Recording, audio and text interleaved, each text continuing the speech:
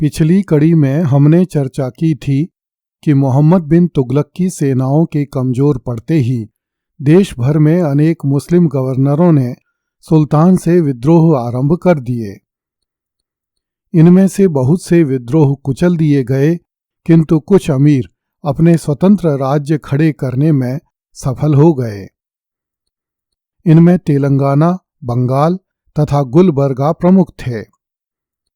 जब मुस्लिम गवर्नर बड़ी संख्या में विद्रोह करने लगे तो हिंदुओं ने भी नए सिरे से भाग्य आजमाने का निर्णय लिया। ईस्वी 1336 में हरिहर तथा बुक्का नामक दो भाइयों ने विजयनगर साम्राज्य की स्थापना की। हरिहर तथा बुक्का तेलंगाना के काकतीय राजा स्वर्गीय प्रताप रुद्र देव द्वितीय के संबंधी थे और दिल्ली में बंदी बनाकर रखे गए थे। ईस्वी 1335 में तेलंगाना के हिंदुओं ने विद्रोह का झंडा खड़ा कर दिया। इस गंभीर स्थिति में सुल्तान ने हरिहर तथा बुक्का की सहायता से वहां पर शांति स्थापित करने का प्रयास किया। उसने हरिहर को उस क्षेत्र का शासक और बुक्का को उसका मंत्री बनाकर भेज दिया। वहां पहुंचने पर धीरे धीरे हरिहर ने अपनी शक्ति संगठित कर ली और विजयनगर के स्वतंत्र राज्य की स्थापना कर ली। आगे चलकर विजयनगर साम्राज्य अपनी समृद्धि तथा उच्च सांस्कृतिक वैभव के कारण संसार भर में प्रसिद्ध हुआ। विजयनगर साम्राज्य ने कई शताब्दियों तक दक्षिण भारत में हिंदू धर्म की पताका को लहराए रखा। उन दिनों काकतीय राजा प्रताप रुद्र देव द्वितीय का पुत्र कृष्ण नायक वारंगल के एक छोटे से क्षेत्र का राजा था। दक्षिण भारत के विद्रोहों को सफल होते हुए देखकर उसे भी बड़ा प्रोत्साहन मिला। ईस्वी 1343 में उसने स्थानीय मुस्लिम शासकों के विरुद्ध एक संघ बनाया। ये लोग वारंगल, द्वार समुद्र तथा कोरोमंड तट के समस्त प्रदेश को दिल्ली सल्तनत से स्वतंत्र कराने में सफल हुए। इस कारण अब दक्षिण में देवगिरी तथा गुजरात ही दिल्ली सल्तनत के अधिकार में रह गए। उन्हीं दिनों सुनम तथा समाना के जाटों, भट्टी राजपूतों एवं पहाड़ी सामंतों ने विद्रोह किए। मोहम्मद बिन तुगलक ने इन विद्रोहों में कड़ा रुख अपनाया तथा विद्रोहियों के नेताओं को पकड़कर बलपूर्वक मुसलमान बनाया। भारत में आरंभ हुई बगावतों की आंधी से शताधिकारी मुसलमान भी नहीं बच सके। उन दिनों कुछ विदेशी अमीरों को शताधिकारी कहा जाता था। वे लोग प्राय 100 सैनिकों के नायक हुआ करते थे और प्राय 100 गांवों में शांति बनाए रखने तथा कर वसूलने का उत्तरदायित्व निभाते थे।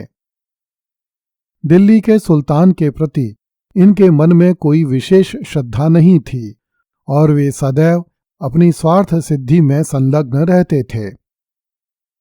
जब मोहम्मद बिन तुगलक ने शताधिकारियों को अनुशासित बनाने का प्रयत्न किया तब उन लोगों ने विद्रोह कर दिया। इस विद्रोह का दमन करने मोहम्मद बिन तुगलक को स्वयं दक्षिण जाना पड़ा। उसने विद्रोहियों को परास्त करके उन्हें तितर बितर कर दिया। दर्शकों को स्मरण होगा कि अलाउद्दीन खिलजी ने ईस्वी 1303 में चित्तौड़ के रावल रतन सिंह को छल से मारकर गुहिलों के चित्तौड़ राज्य को समाप्त कर दिया था तथा अपने पुत्र खिज्र खां को चित्तौड़ का शासक नियुक्त किया था। ईस्वी 1313 में खिज्र खां चित्तौड़ छोड़कर दिल्ली चला गया था। इस पर अलाउद्दीन खिलजी ने जालौर के स्वर्गीय चौहान राजा कान्हड़ देव के भाई मालदेव सोनगरा को चित्तौड़ दुर्ग पर नियुक्त कर रखा था। मालदेव 7 साल तक चित्तौड़ का किलेदार रहा। ईस्वी 1322 के लगभग चित्तौड़ दुर्ग में ही उसका निधन हुआ।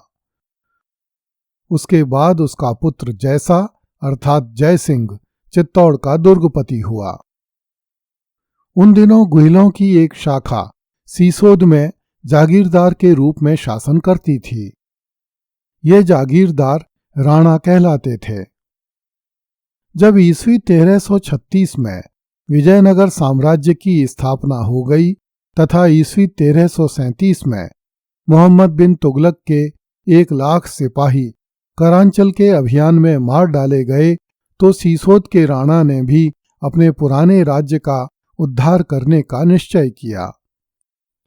ईस्वी 1338 में एक दिन राणा हम्मीर के सैनिकों ने अचानक चित्तौड़ दुर्ग पर धावा बोल दिया। दुर्ग में स्थित मालदेव के सिपाही अभी संभल भी नहीं पाए थे कि राणा हम्मीर के सैनिकों ने तुगलक तथा चौहान सैनिकों को पकड़ पकड़ कर रस्सियों से बांध दिया। दुर्गपति जैसा किसी तरह भाग निकलने में सफल हो गया। इसके बाद राणा के सैनिकों ने शत्रु सैनिकों के शरीरों के साथ बड़े बड़े पत्थर बांध दिए और उन्हें दुर्ग की दीवारों से नीचे गिरा दिया। देखते ही देखते चित्तौड़ दुर्ग पर सीसोदियों का अधिकार हो गया। चित्तौड़ से निकाल दिए जाने के बाद जैसा सोनगरा दिल्ली पहुंचा तथा सुल्तान को सारी परिस्थिति से अवगत करवाया। सुल्तान मोहम्मद बिन तुगलक ने जैसा को एक सेना देकर पुनः चित्तौड़ के लिए रवाना किया। इस बीच राणा हम्मीर पूरी तैयारी कर चुका था। उसने अपने संपूर्ण संसाधन झोंक कर दुर्ग की मरम्मत करवा ली तथा चित्तौड़ के पुराने विश्वस्त राजाओं एवं जागीरदारों को दुर्ग की रक्षा के लिए बुला लिया। इन तैयारियों एवं श्रेष्ठ रणनीति के कारण राणा हम्मीर की सेना दिल्ली की सेना पर भारी पड़ गई। दिल्ली की सेना न केवल परास्त हुई अपितु राजपूतों द्वारा लगभग पूरी नष्ट कर दी गई। इस प्रकार ईस्वी 1303 में छल बल से की गई रावल रत्न सिंह की पराजय का बदला ईस्वी 1338 में ले लिया गया। चित्तौड़ दुर्ग में स्थित महावीर स्वामी के मंदिर में महाराणा कुंभा के समय का एक शिलालेख लगा है, जिसमें राणा हम्मीर को असंख्य मुसलमानों को रणखेत में मारकर कीर्ति संपादित करने वाला कहा गया है। इस विजय से राणा हम्मीर का हौसला बढ़ गया। उसने एक एक करके मेवाड़ राज्य के समस्त पुराने क्षेत्रों पर अधिकार कर लिया। इसके बाद उसने जीलवाड़ा, गोड़वाड़, पालनपुर तथा ईडर पर भी अधिकार कर लिया। राणा हम्मीर ने मेवाड़ी भीलों के एक बड़े दल को मारा तथा हाड़ौती के मीणों के विरुद्ध कार्यवाही करके हाड़ा देवी सिंह को बूंदी का राज्य दिलवाया। हाड़ा राजपूत रणथंभौर के चौहानों में से ही निकले थे। इस प्रकार मोहम्मद बिन तुगलक के शासनकाल के ठीक मध्य में चित्तौड़ में गोहिलों के साम्राज्य की पुनर्स्थापना हो गई और कुछ ही वर्षों में छोटी सी सीसोद जागीर का जागीरदार हम्मीर चित्तौड़ का पराक्रमी महाराणा बन गया। अगली कड़ी में देखिए, दक्षिण भारत में 5 शिया राज्य खड़े हो गए।